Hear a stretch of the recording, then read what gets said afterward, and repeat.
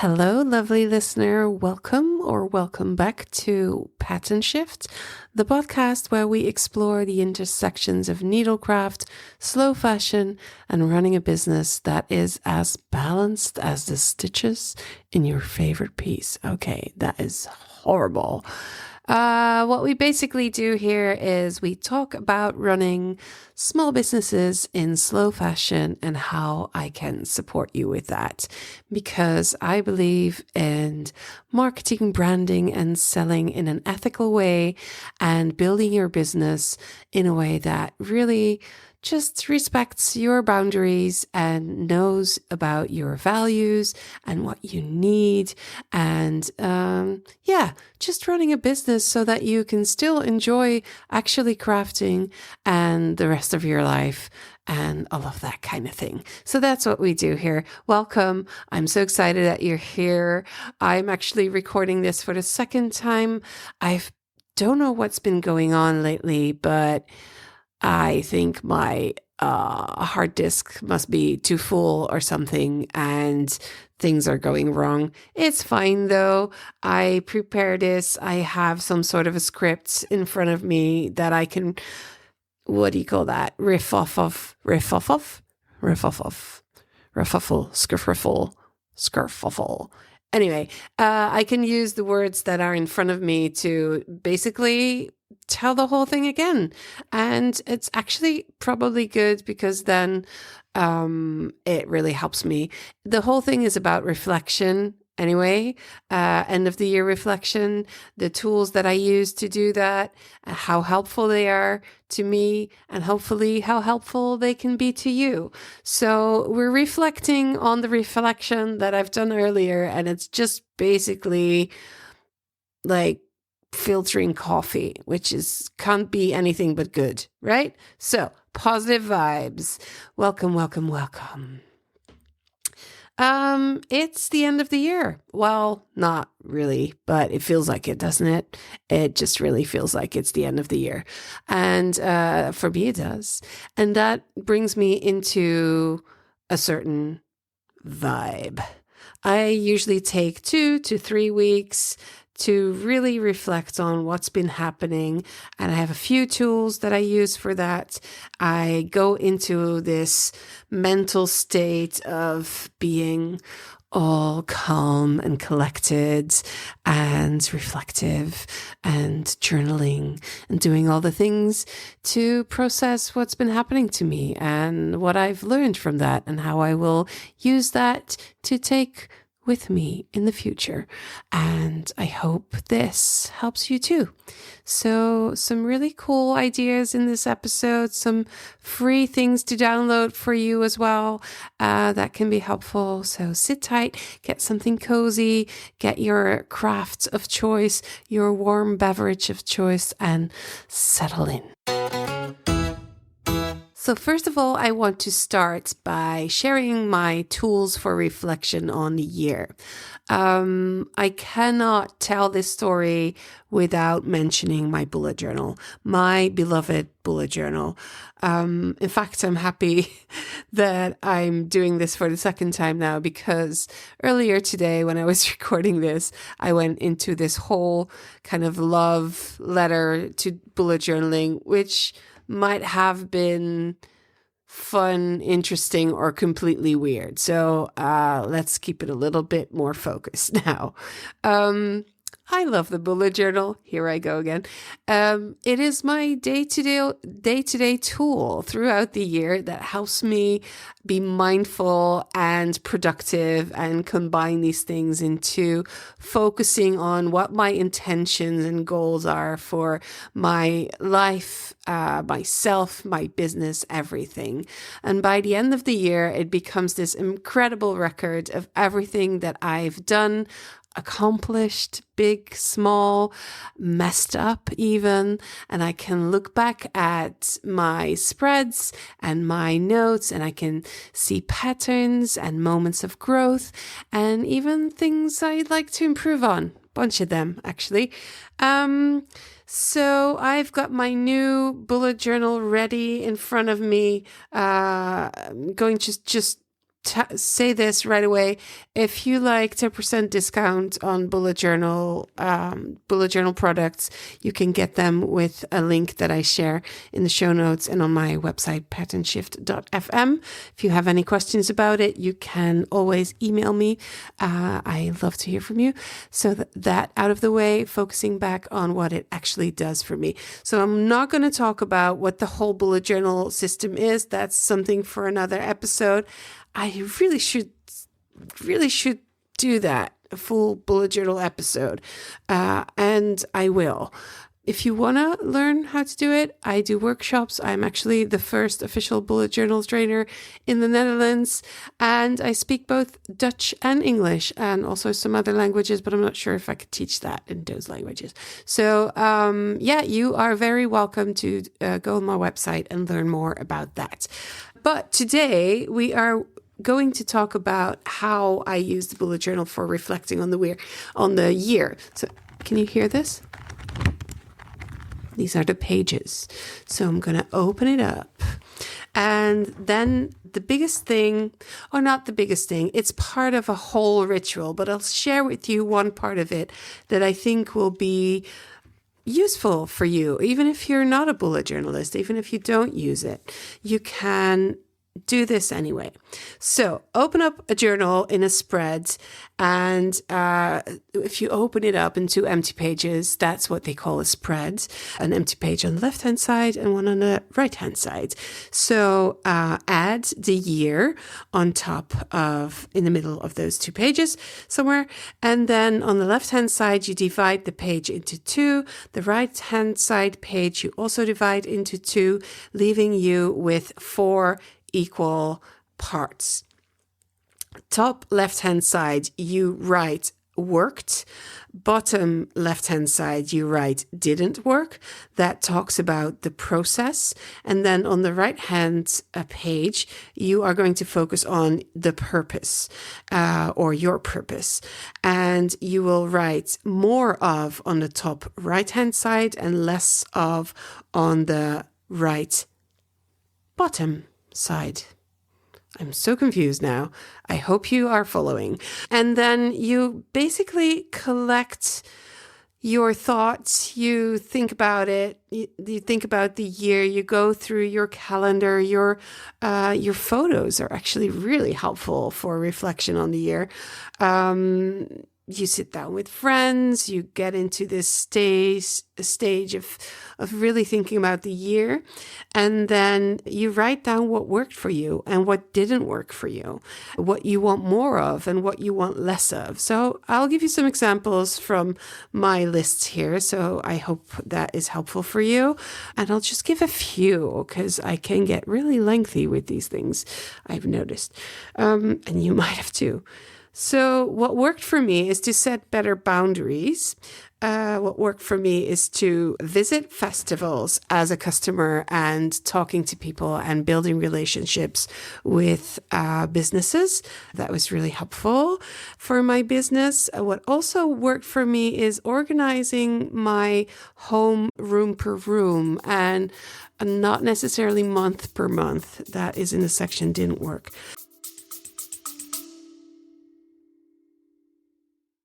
Are you ready to transform your business this summer?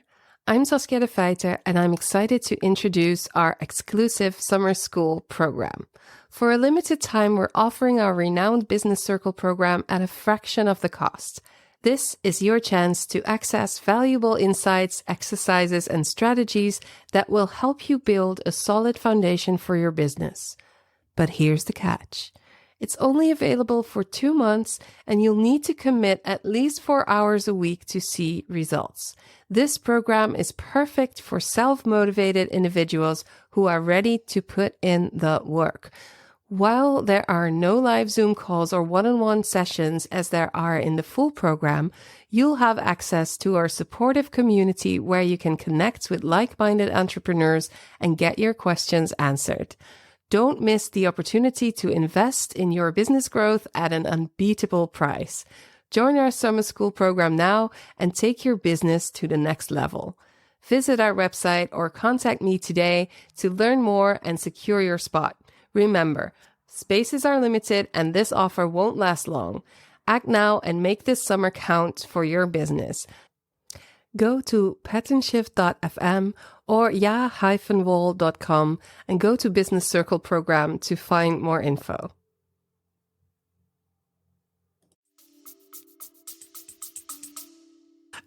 What also worked for me is going to bed at 10 o'clock as consistently as possible, because that is just the beginning of a circle that is the most healthy for me. Going to bed on time means waking up rested, means having enough energy to have a decent breakfast, means having enough energy to work through my phases of hyperfocus and not getting totally dehydrated and starved so that I will overeat by the evening. Too much information, I know, but these are the things that you start to see patterns when you use a journal. And I've noticed that just going on to bed on time is the beginning of the solution for a lot of things. So what didn't work for me was I tried the building a second brain thing with the Para dashboard. Don't know if that says something to you. Doesn't really matter. It didn't really work for me. It was fun in the moment, but after that, it just kind of, didn't really. I might go back to it one day. What didn't work for me is, this is an interesting one. Sending consistent newsletters. This is something that the marketing people always say, consistent. And it's just not working for me. And I wish it was. No, I actually don't. This is something I learned. It's not working for me. And remember, marketing is just trying different things out and see what works for you and your customer. I think it will work for my customer to have consistent newsletters, but I feel like there's some moments when I'm really into it and some moments when I'm not. So what I need to do, taking this into the next year, I'm just completely turning this into a learning moment, is to use those moments when I'm really wanting to write and in that vibe, to write a couple of them and just plan them out and not wait. And that's what I already know that works. That's also what I often share with people, that doing a lot of things at the same time.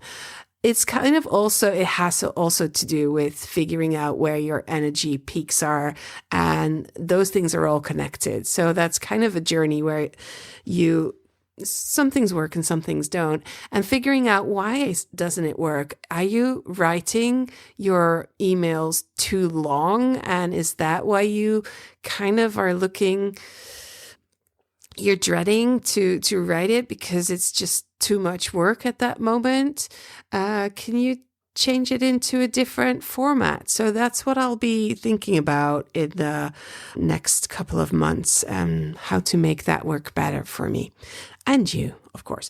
So what do I want more of? I want to see more movies in the theater and not only at home. I want more of not buying new things. I will get to that in a minute. I also want more of, more festival visits and shop visits and connecting with shop owners and small businesses like yours.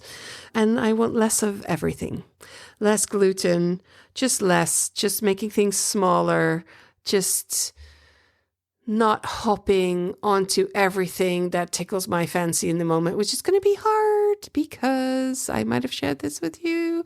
I got the official ADHD diagnosis this year, and now everything makes sense.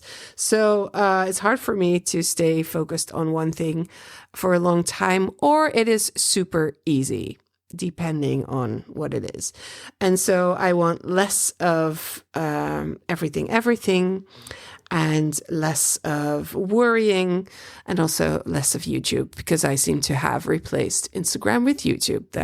So there you go. I will dip in and out of Instagram, by the way, every now and then, just to see if somebody's sending me an important or nice message.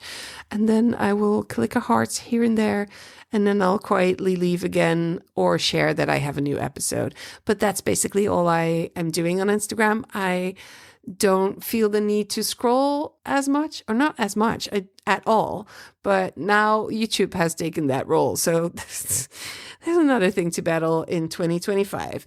Right, moving on swiftly. This was one of the things that the bullet journal helps me with, to go through my whole journal and look at the bullets. There's a way that you can scan your journal and really quickly can see what you felt like in a certain month, what you accomplished, what things were hard for you. The way it's set up is you really, really can scan and find the story of your year quite quickly, even though it's not going to be an hour. I mean, the process of reflecting is just a longer process. You also kind of have to walk around with the ideas and let it sink in and then think about it and all of that. So bullet journal 1. Next thing is long form journaling, like the morning pages that Julia Cameron writes about in The Artist's Way. That was also super helpful for me, and I kept them as a practice, not necessarily every day, but every time I need to really go deep and figure something out to find out what it is that I actually think. And sometimes I do that by writing, and sometimes it doesn't work writing. And then I simply speak into my phone using the app otter.com, not sponsored. And that can be really helpful because that is a tool that records meetings and gives you a summary of your meeting and your task list. And it's also really helpful to kind of organize your thoughts. And I need that sometimes. So that's what I use as well. And the last thing I want to talk about is one of the things that I look forward to at the end of the year is the year compass. A group of people have built this tool that is amazing, and I keep sharing with people every year. I've done it with a group of friends before, and it is transformational. It is a little booklet that you can print out. It's free, by the way, totally free. And half of the booklet focuses on the past year, and the other half focuses on what's to come. It asks you questions. It has you go through your calendar and write things down. And it, similarly to the bullet journal, gives you a full view, panoramic view of your year. You have to sit down to do it. You have to take some time. It takes some effort, but it's really, really helpful. And so these are my favorite tools that I use. And if you want to know what they are, go to patternshift.fm for information in the show notes. So in the end, there's 3 main questions that I focus on at the end of the year with these tools and with this moment of reflection. And that is 1, what went well this year? 2, what didn't go as planned and what did I learn from it? And 3, what do I want to carry forward into the next year? So these tools help me uncover something really personal this year. I'm still in reflection mode. I haven't finished. And I was talking to a friend the other day. And because with this on my mind, I started to talk about it. And then I realized something that was really quite profound. And it's kind of hard to share it, but I think it's important. And I'm feeling kind of like my cheeks are becoming red. I'm kind of blushing because yeah, it's not easy to talk about, but come on, let's go. So sometimes I really can get disheartened. It feels like the vision I have and the mission that I'm on are too large. It's too big. I will never be able to find enough business owners to help them make a change in the world, or aspiring entrepreneurs who truly see the importance of what I'm talking about and what I have to offer. And when they actually do, I wonder if they will find it worth their time and money. And I end up feeling a little bit like a fraud, because who am I to teach about marketing and branding and selling when I only have a really small community myself? If the people aren't lining up to work with me, does that mean that I'm failing? But then through my reflection, I realized something, and it was quite amazing. It's quite powerful. I've actually been fully practicing what I preach. I live and work according to my values and boundaries, and I keep my goals in mind. And the result is that I have created a super loving and warm community, an actual community, not a marketing buzzword where where businesses talk about community and subscribe to our newsletter and become part of our community. That's not a community. But I've created a community that is full of people that genuinely help each other, support each other, are open to all kinds of conversations, find each other in things they have in common, ideas that they share, specific things in their life that are going on, all that kind of thing. And this year, I actually gained new customers for all of the products that I offer. So I was able to serve people and be there for them, even when I was going through a rough time for a few months. And all of that is because I've set my business up to function with my needs and my boundaries in mind, exactly what I'm teaching. And money has never been the main drive of my business, though I do stand by the line, your business is not your hobby. And for me, the amount of profit I make is not nearly as important as the amount of support I can offer. And so I can look back on this year and really say it's been a successful year, because it does fully align with my personal definition of success. And I'm imagining like a Harry Potter scene here, like the dark voices that whisper to me, it's not enough. That's not really true. Those voices are, how should I say that? They're kind of echoes of a society and a way of working that I don't even subscribe to. So next year, one of my goals is to quiet those voices and to really trust that what I'm building is enough or more than enough, because it is built according to what I think is important. And that was such a deep, deep insight I got from my reflecting. And it was more than an insight. It felt like I was comforting myself, my dark voices, with just doing the job that I'm doing. Like it was quite meta. Anyways, let's get a little bit more practical again, shall we? So this year, my personal crafting projects and what was I able to do, and how do I reflect on a year of crafting and making my own wardrobe? Well, one of the things that I did in the process is I made lists of this year. One of those lists is a list of projects that I finished. And in the earlier recording that I did for this episode, I was going through all of them, and that is perhaps a little bit too long-winded. But at the same time, how would I otherwise do it? I just made so many things. I made a lot of things. A dress, my ski pants, another pair of pants. Now I'm gonna list them all again. Lots of things that I loved making, the things that I needed, and things that I did for the first time and learned a lot from. I used the pattern blocks that I learned to make from my own body measurements, and I used them to make a dress and a pair of pants and my ski pants as well.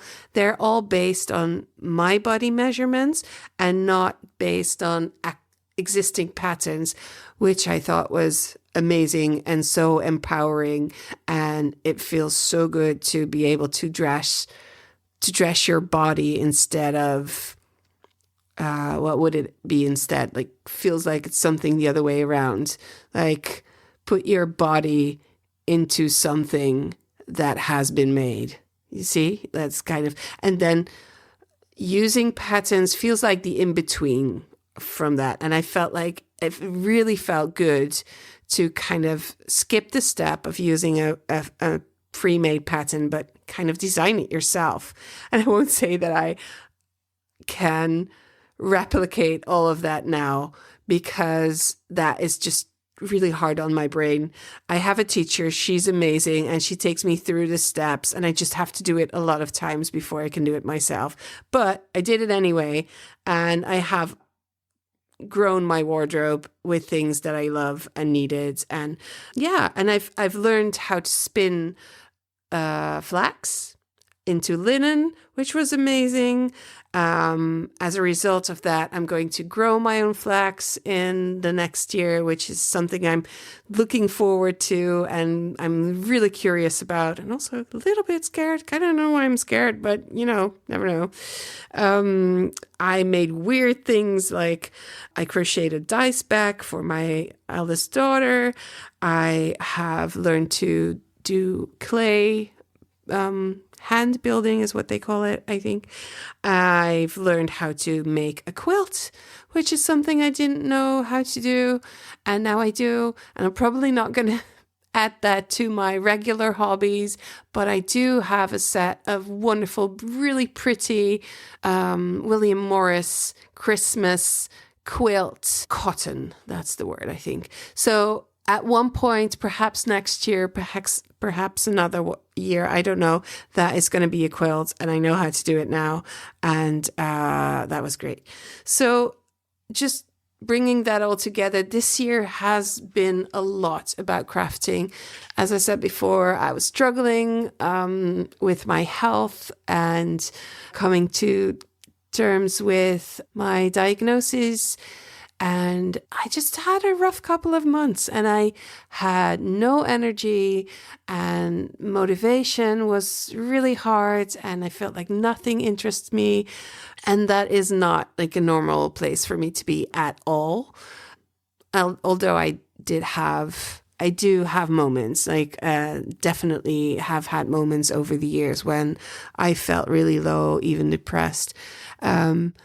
And now I can turn to crafting, which was so amazing.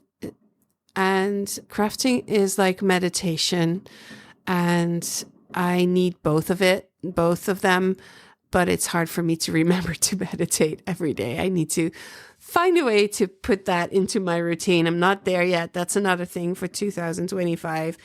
But the crafting has helped me to take time for myself and rest.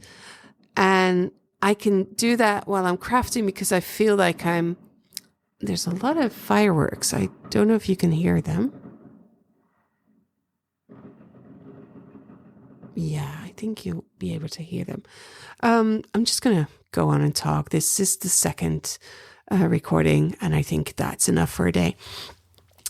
So the crafting really helped me to relax and to take time to rest, because I feel like I'm doing something. I feel like I'm like it's like they had something in the Catholic Church that I learned about in school, aflaatbriefjes, they call it in Dutch, which is you pay the church so that you don't have to feel the guilt for something. So I am almost feeling like working on craft is like I'm working. So I don't have to feel guilty for sitting on the couch and watching a movie because I'm also producing something, which is really helpful. I mean, it's probably not fully healthy. I don't care. It was helpful. So yeah, that's about my crafting this year. Loved it.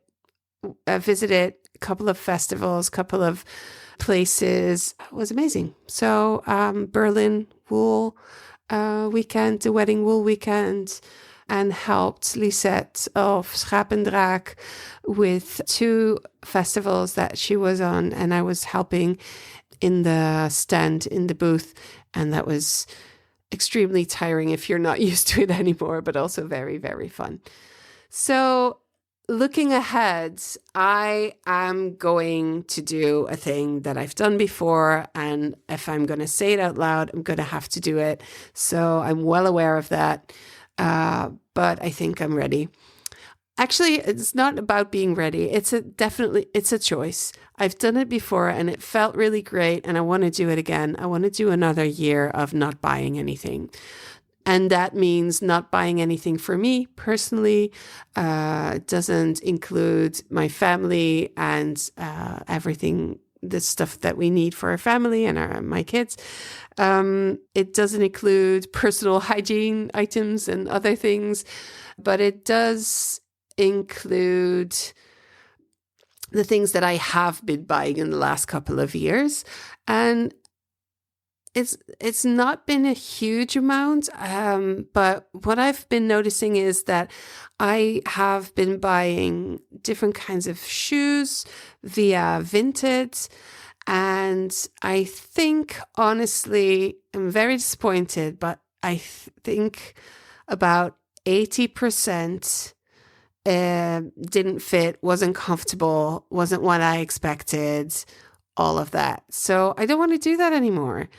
On one way, I feel that I buy things that are already there. I don't want to buy new things from the shop, but I do want to be able to wear them and not having to send them over across Europe again. I mean, yeah, that's something I really need to think a little bit about. I have enough shoes for the coming year. I don't need anything else, so I'm good there. I have enough yarn. I have enough fiber. What's the word? Textiles? No. Cloth? No. Jeez. What is it? Wool? No. The stuff you use for sewing. It's too late. If it's past 4:00, I'm done. And it's 4:23. Fabrics. Thank you very much. I've got enough fabrics for making things. I've got enough books to read. And the things that I have been buying is when I get into these rabbit holes, into these things that I temporarily focus on, they usually come back in another year, part of the year, and it's usually the same kinds of things. So it's skincare, makeup, fountain pens, and obviously everything needlecraft. Those are my focus areas and rabbit hole issues, and sometimes I tend to buy things that I don't need from those from those topics areas. So a year of not buying anything, and I already know that how I hope that it will have the same effect as it did 4 years ago. I did it then because I moved house, and I felt so spoiled with the house I was living in and how we were able to make it look great and cozy and beautiful. And feeling that spoiled, I wanted to kind of stretch that feeling. And so I enjoyed what I had for a year without adding anything to it. And it was just very, very mindful. It was very easy on the brain because you don't get all of those choices that you have to make. or the research that you have to do that I tend to do. I tend to do a lot of research before I buy anything, and then I leave a website again, and then I do another session of research, and it just takes a lot of time and effort, and it's just really easy to just not buy anything. So yeah, that is going to be interesting. That's going to happen for next year.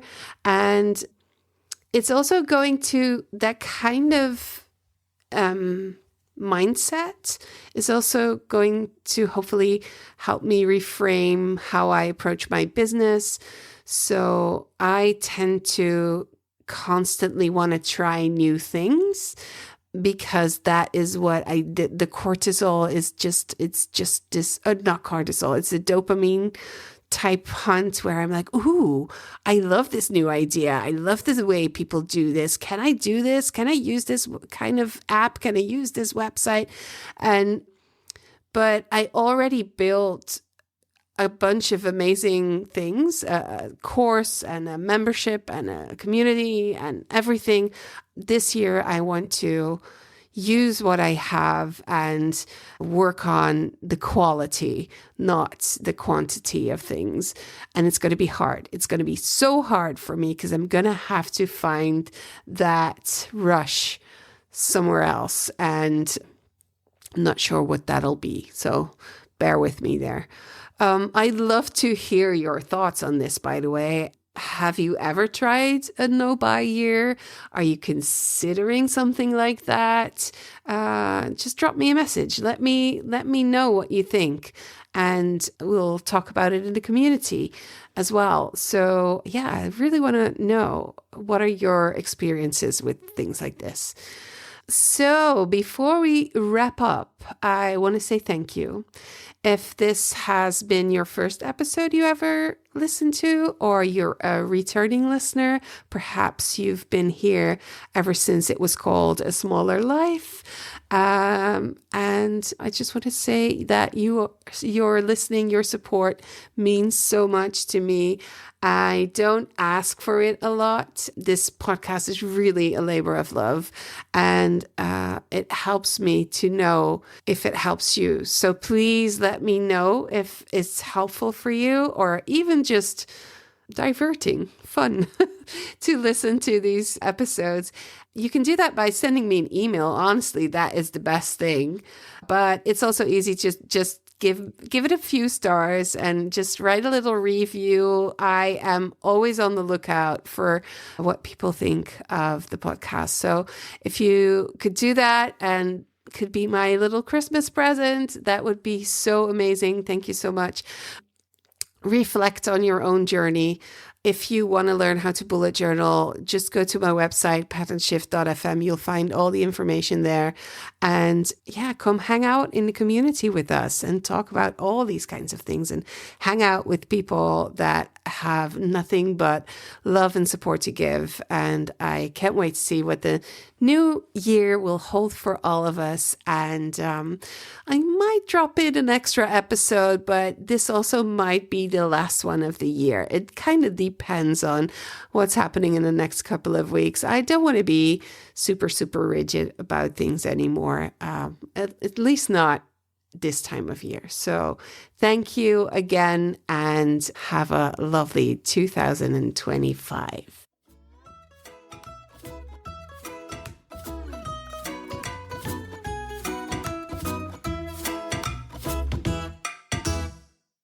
If you want to build or grow your business in textile crafts, why don't you join our online community for the small monthly contribution of only €10, which is basically $10-ish.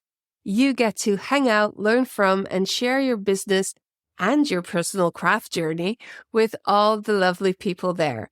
Support the podcast at the same time, and you get everything wrapped into one loving package.